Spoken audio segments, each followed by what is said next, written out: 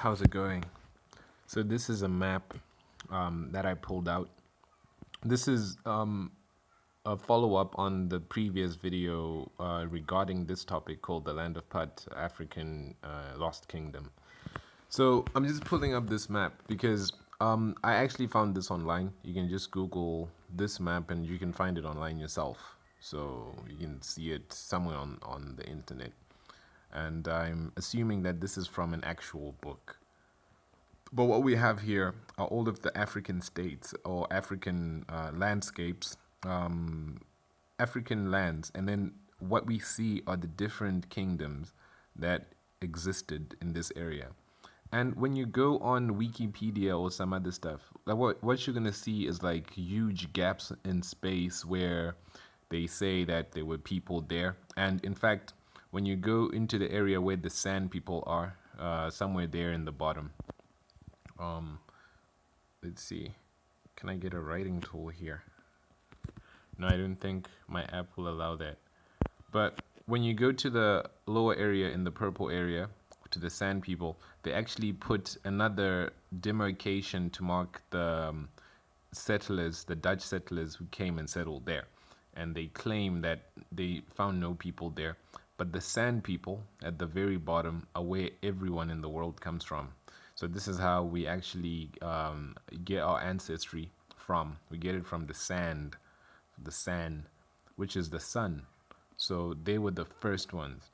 And from the south, they spread north, and north, they went back south. So it's like everyone comes from the sand, but they went north and came back. So we have other kingdoms like the kingdom of Cush that we hear of in the Bible, which is Sudan and parts of Ethiopia. And then we have Somalia there in the Magi. And there we have Aksum at the mouth of the Erythraean Sea, where Eritrea is. And then, of course, we have Kemet, which is the greatest African kingdom. One off, I guess, because all of them were great in their own rights. So in Kemet, this is where we get chemistry. This means black soil. This means the people there were chemists. They were into all chemistry and alchemy. So some of their alchemy started going in a different way. And then we have Tobu. All right, I've heard of Tobu. And then we have Hwasa, Sara, Nok, Ife, Akan, Wagadu Maje, and Songhai. So now this is West Africa, where we have a lot of states. So, for example, the Nok people, this is where the art came from, and this area is where we get a lot of different artworks like today. So in West Africa, we have all of these different kingdoms like Benin, Ghana, Nigeria, Cameroon, Ivory Coast, and all of those things. And here at the top here, we also have different kingdoms, Media, Meshwesh, like, so these are the Berber kingdoms, Tehenu, and all of that. So what we understand is that the people moved from this area here, okay, from West Africa, and then we have people traveling down, and then they went to this area here. So this area here is Punt, all right. So Punt was very, so Punt is actually linked to Cush and to Kemet through the Nile, all right. And in this area of Punt, this is where a place called Tanganyika is, which in the Bantu language means where the world began. So the people here moved north, east, south, and west, all right? So they actually came from this area where these lakes were. So some of them were in Somalia. And as you can see, the area, the land of Punt, is actually shared with Somalia. So this is where you get Somalia bordering Kenya. And from Kenya, you have Tanzania, and then you have other countries along the Indian Ocean, such as Mozambique. So this is an area that is very, very controversial. A lot of people think that it's where Medjay is, or where Cush was, And I just think it's interesting that no one has ever considered that maybe it is just a few kilometers south where Kenya is. But the thing is, people have not been able to accept that because of uh, the stereotype that was given to Bantu people.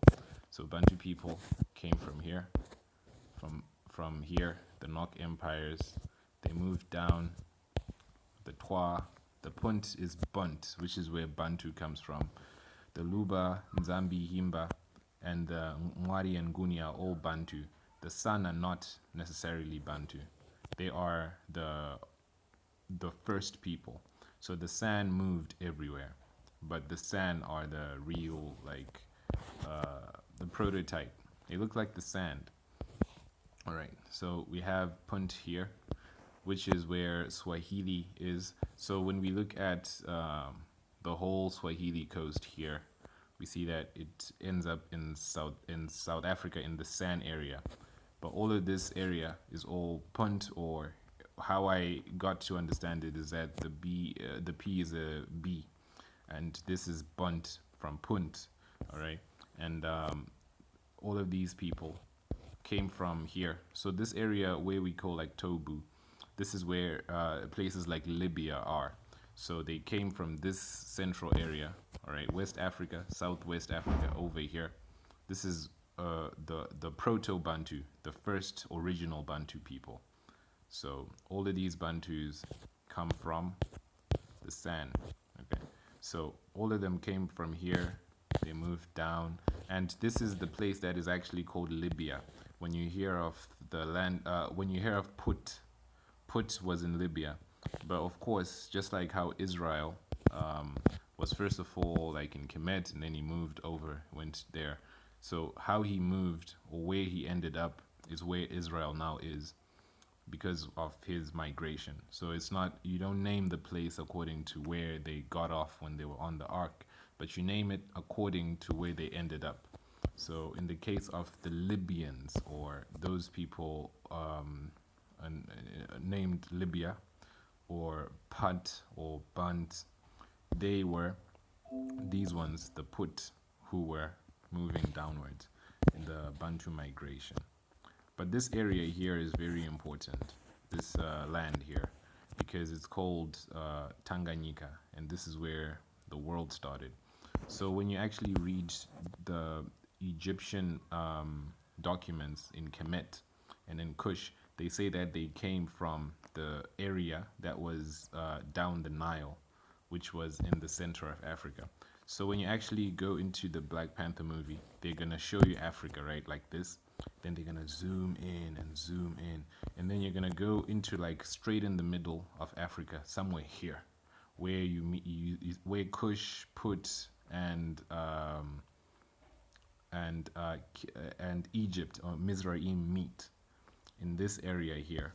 So this area of Put, where there's all of this water, all of this land. Ethiopia is very close to this land, and Ethiopia is very, very important in terms of our existence and life in general. But in the book of Revelation, or not Revelation, let me quickly go there. In the book of Genesis, that's like the opposite of Revelation. Yeah. So Genesis, I'm gonna go to where's this part? All right, here we go. And the river went out. All right. And the river went out of Eden to water the garden, and from thence it parted and became into four heads.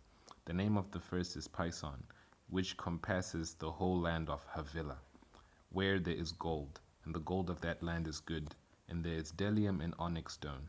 The name of the second river is Gihon. The same is it that compasses the whole land of Ethiopia. So there's a difference between Havilah and Ethiopia, but they are next to each other.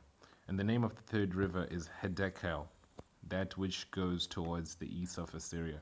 And the fourth river is Euphrates. So they give us here, if you've already seen it, what they do is that the Spirit gives us four different rivers, which are signifying lands. But the four rivers turn into three lands. And these lands are the three lands or the three people of the sons of Ham. So we have Egypt, Cush, and Havilah, which are the lands or the people. So Havilah being Put, Egypt being Mizraim, and Ethiopia being Cush. But there's a fourth son who was told to go to the Middle East. He was not given a land because he was cursed, who is Canaan. And Canaan, which is where the Canaanites are today, is where the river of Euphrates is. So this is the war in the Middle East. So it starts here because the other person, the other sand, because everyone comes from the sand, like the sand. So the other person was not given land. He doesn't have sand. So he's always fighting, and that's his curse. So he has this water, the Euphrates, but he has no land. Okay, so this is representative of all of that story, the commotion of Cain and Abel, also the commotion of how Ham was cursed, and actually how Ham's son was cursed because of what Ham did, which is the same thing that happened to us, that the sons of Adam were cursed by what Adam did. So Adam and Adham and Abraham, all these fathers, they have a certain mysteries attached to them. So here we have this land which compasses this place called Havilah. All right. So in Havilah is where I contend that I think the rivers, right? I think they came from like here, the Atlantic Sea. Because when you look into evidence, you see that Atlantis was here, where there is nothing here. Between Tobu, Songhai, and Nawa. This is the eye of the Sahara. So the Atlantic Ocean flooded this whole area, and Atlantis was flooded. So I think that from the flood, from Atlantis, from this utopia in Ethiopia, they moved from Libya, and then they moved down from all of these areas. So I think that the waters came from here, from the Atlantis, and these were the rivers that parted. One goes to Kemet and goes there. The other one is linked to the Euphrates through this. Okay, so that's the river, four heads. So one, and then the other one goes through Cush, and the other one comes all the way down here. And then you have the four rivers. So one is in Havilah, and this is the place in Africa where you find the most gold. Here, in Mwari, Luba, Bemba, Nzambi, Twa, this is where you find gold. All of this, the land of Put. And this is synonymous with Havilah, where the gold is good. All of this is actually called the Gold Coast, where I am at right now. All of this, Nok, Ife, they're famous for their minerals. All of this area here going down, you find oil, you find gold, you find diamonds, all right? All of this area here, all right? But not necessarily in this area.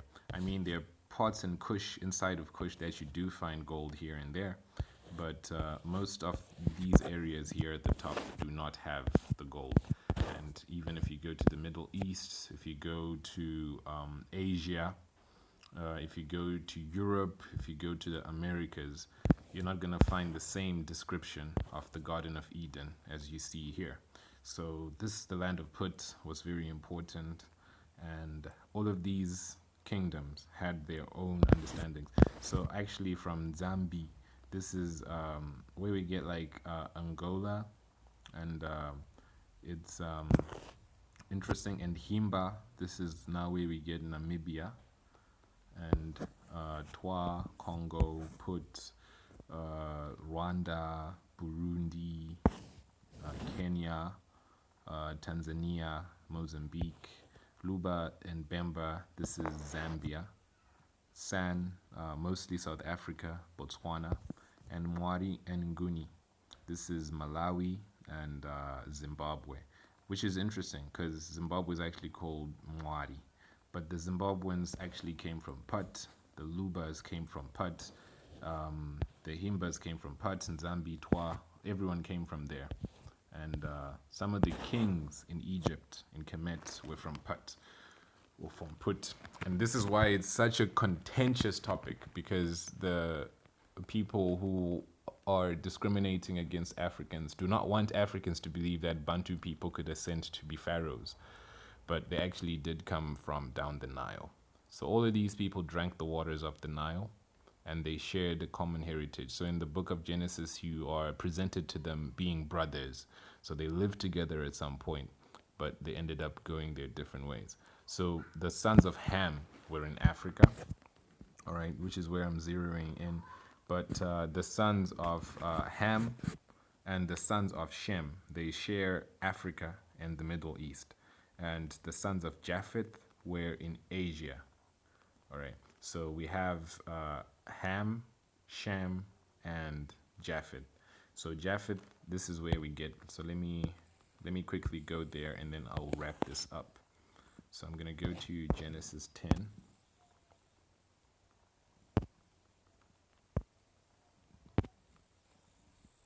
Now these are the generations of the sons of Noah. So we have Shem, Ham, Japheth, and unto them were sons born after the flood. So we have 3 and 4 again.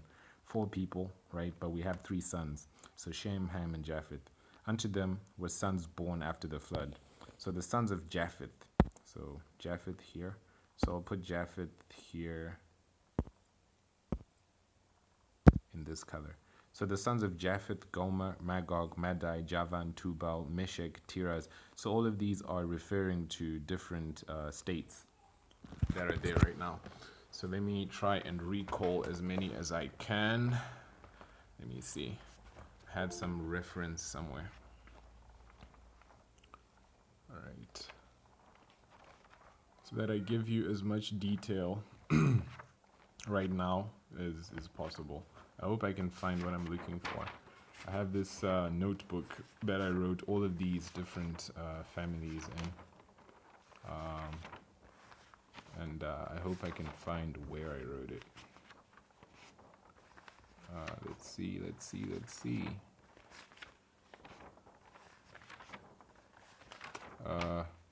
Okay, great. So this is mostly on the sons of Japheth. So Japheth, we have Gomer, Magog. So Gomer is the Gauls, the Celts, Germany, South Caucasus, and then this is where we have Ashkenaz as well. But then we have Gomer, Magog.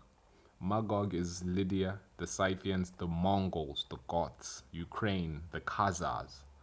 All right. And then Javan, Tubal, Meshech. Meshech is Moscow from the king Mosok, who was the king of Moscow, which is Meshech. Tiras. Tiras is Bulgaria, the Balkans, the Greeks, the Turks, the Italians. And most of these people are actually speaking of the Greeks and Italians. The sons of Goma, the first one is Ashkenaz. So Ashkenaz are the Armenians, the Turks, the Georgians, the Celts. And these are now the Jews, what we now call the Jews. They're the sons of Japheth, the Ashkenazi Jews. So Google that and see what you'll find out. The Ashkenazi Jews are 80% of the Jews that are there on earth right now. And then we have Riptha. These are the Celts, which were like the Samaritans. Togarmar.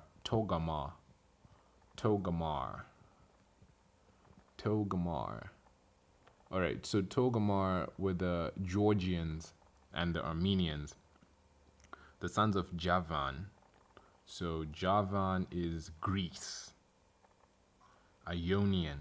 So the sons of the Greeks, the Elisha, Tarshish, Kittim, Dodanim. So Elisha is like Cyprus and Portugal and Rome. Tarshish is Spain, Turkey, Tunisia, okay? Coastal traders with ships. And Tigris is Sicily, Carthage, Sardinia, Cadiz. Kittim, Cyprus, Aegean Islands.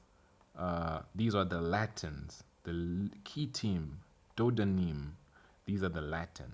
And then the Dodanim is like the Greeks again. So these people, as you can see, this is where we get Asians and Caucasians. So this is where we get Caucasians, from the Khazars to the Turks to the Germans to the English, okay, to the Iranians, which is Madai, which is Media, to the Kurds, to the people in Myanmar, all right, to Gog, to Magog. Magog is Mongol, Mongol being China. So the Mongols, the yuan, actually mean, the yuan is the name given to Chinese money because they were conquered by Mongols who were called the yuan.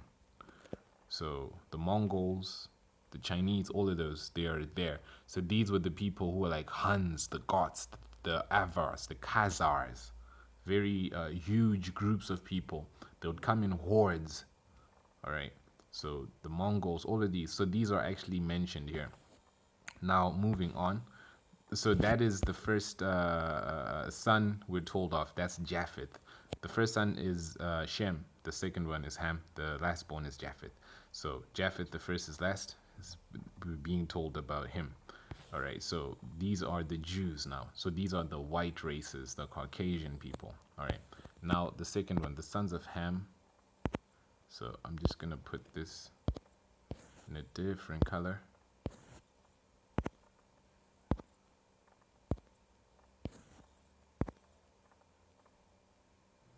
Okay, there's a lot of info, right? All right, I think I'll just stop somewhere here. So we'll put this here. All right. All right. And the sons of Ham, Cush, Mizraim, Put, and Canaan.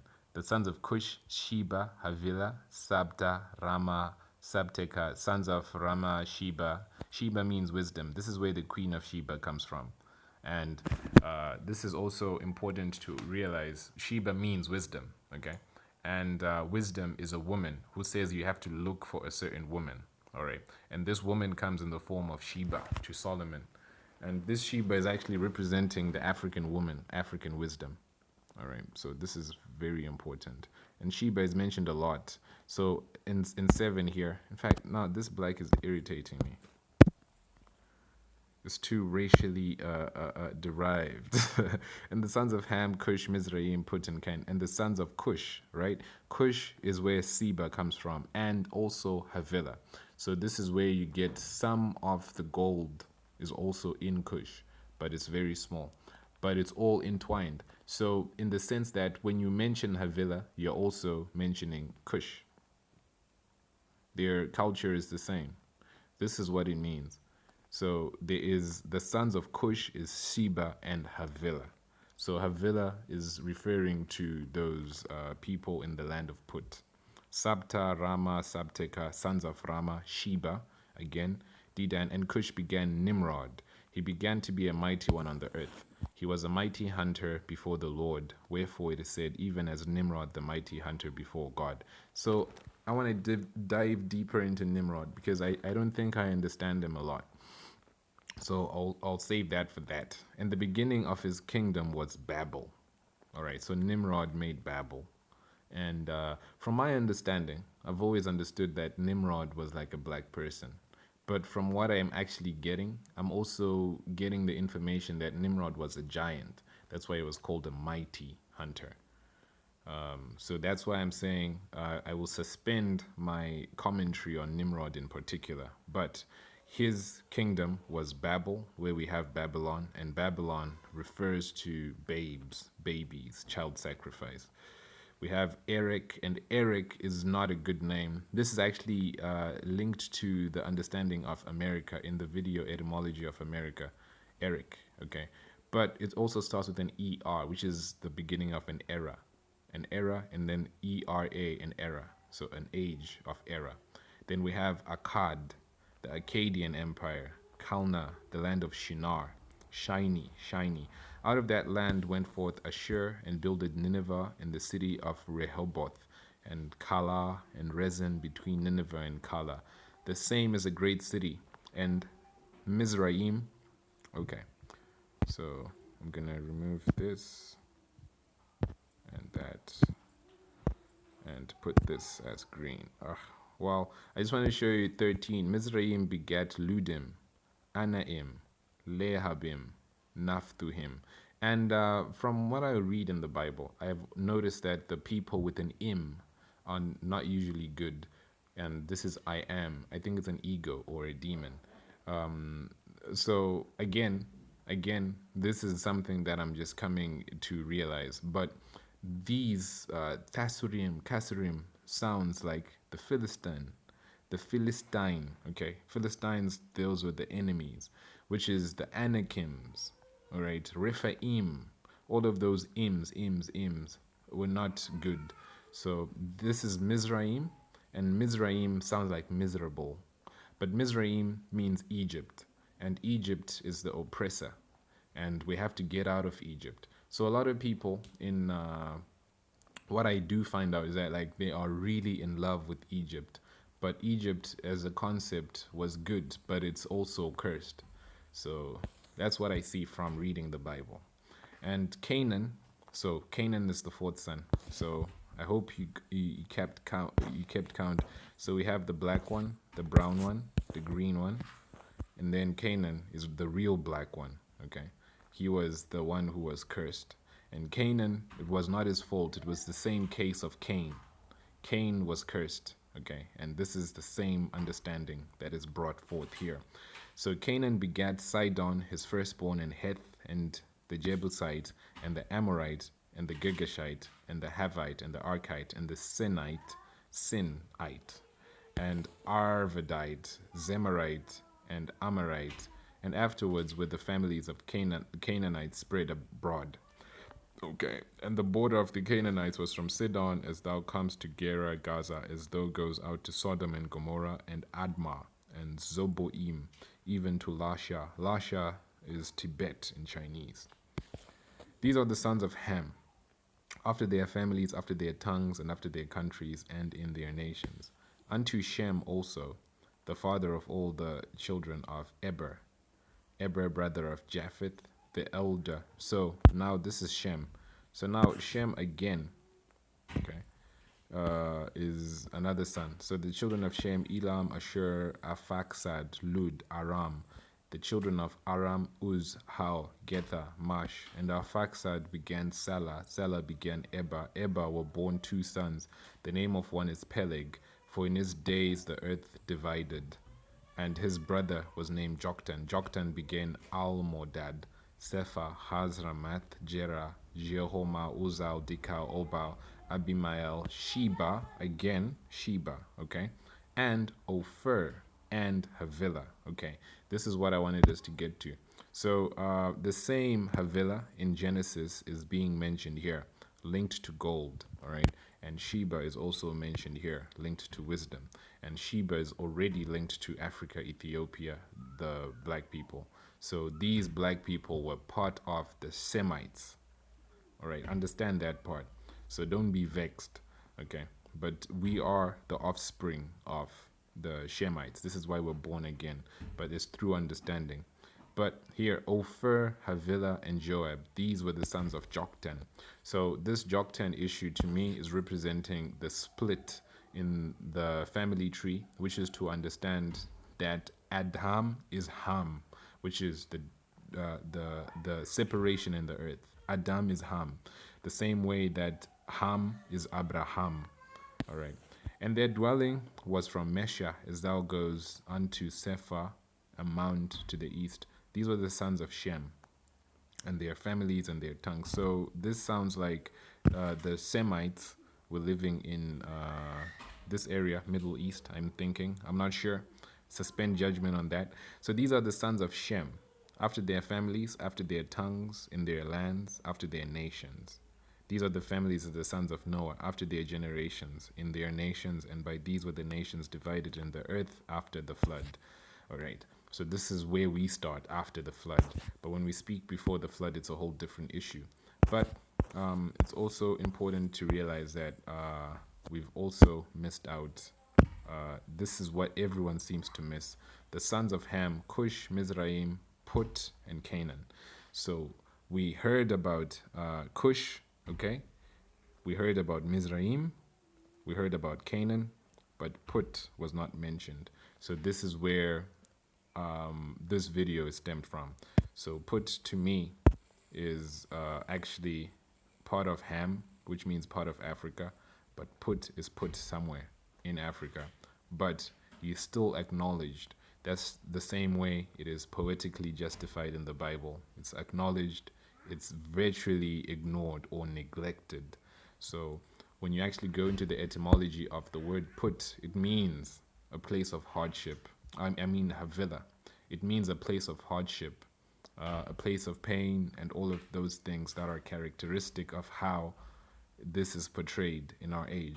So we have Cush being Cush, right? Kemet being Mizraim, and the Middle East here being Shem, and the rest of this area being Put. So this is how I actually see it. So we have 1, 2, 3 sons. So we have Put here, right? We have Put here, we have Cush there, we have Egypt here, we have Shem there. However, we have the fourth one, Canaan. So Canaan is a wanderer. So he is in parts of Numidia, Mehesh, Tehenu. This is why they were called the Berbers, the barbarians. That's Canaan. He is very angry. All right, he's very angry, and he's also in parts of this area in the sea. So he runs the seas.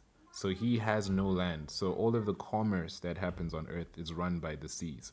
So when we actually do get into the story of Ezekiel's prophecy to the king of Tyre, king of tyrants, king of barbarians, king of the Berbers, or those types of people, it is actually referring to Canaanites.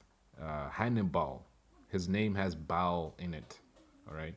Even though he was a person like that. So he was a person blackened in heart. But this is also where we get the Phoenicians, who are the people who run the sea.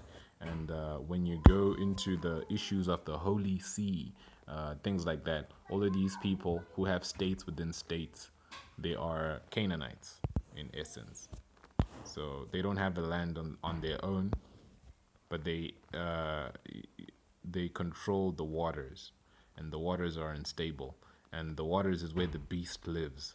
And this is why in the new Genesis, in the new Jerusalem, the new earth, in the book of Revelation, it said that there will be no sea, so there will be no death, because Canaanite is death. And this is why there's so much trouble, and all of this goes across seas, like world peace and all of these things.